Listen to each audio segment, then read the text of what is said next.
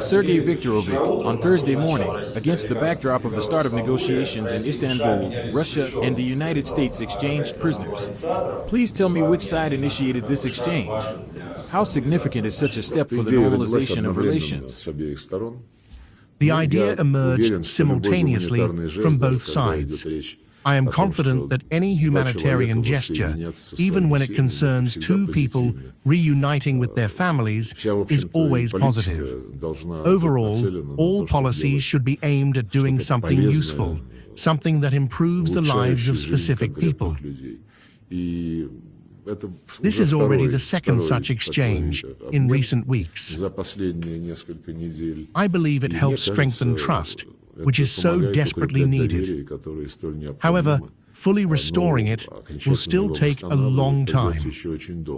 It was undermined and destroyed by the administration of Biden. Even now, within the United States itself, among both Democrats and Republicans, there are many people who, despite any disagreements, do not want the focus of President Trump and his team on normalizing relations and resuming dialogue on all issues to prevail. Therefore, we will firmly proceed from our national interests. Our contacts with Trump's team, specifically the meeting in Riyadh with the Secretary of State Rubio and the National Security Advisor Waltz,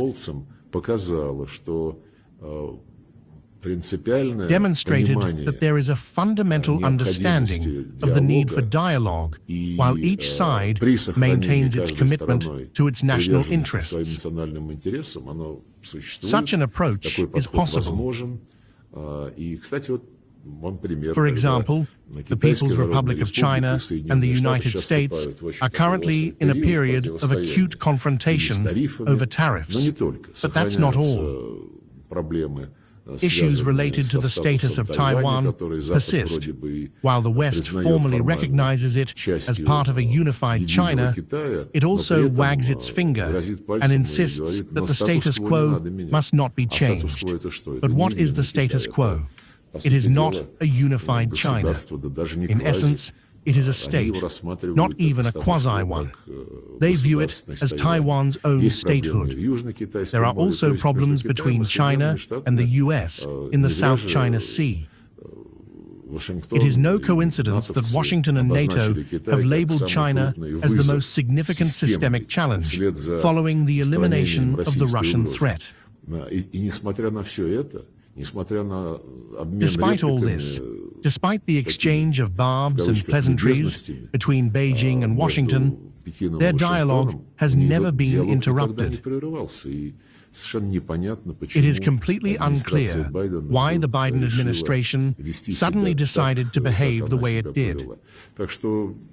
I believe there is no need for illusions, but it is entirely realistic and necessary to aim for normalization based on mutual recognition and respect for each country's national interests.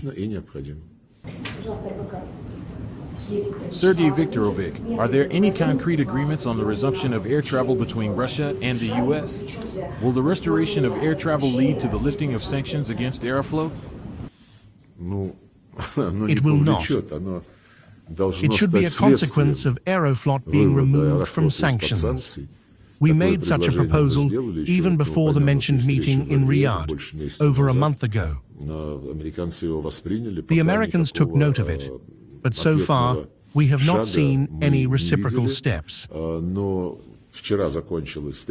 Yesterday, the meeting in Istanbul concluded, where our experts reminded them of this proposal. But to be honest, I have not yet had the chance to contact them. There may have been some progress, but nothing is known about it yet. We will continue working on this, because this is a return to normalcy.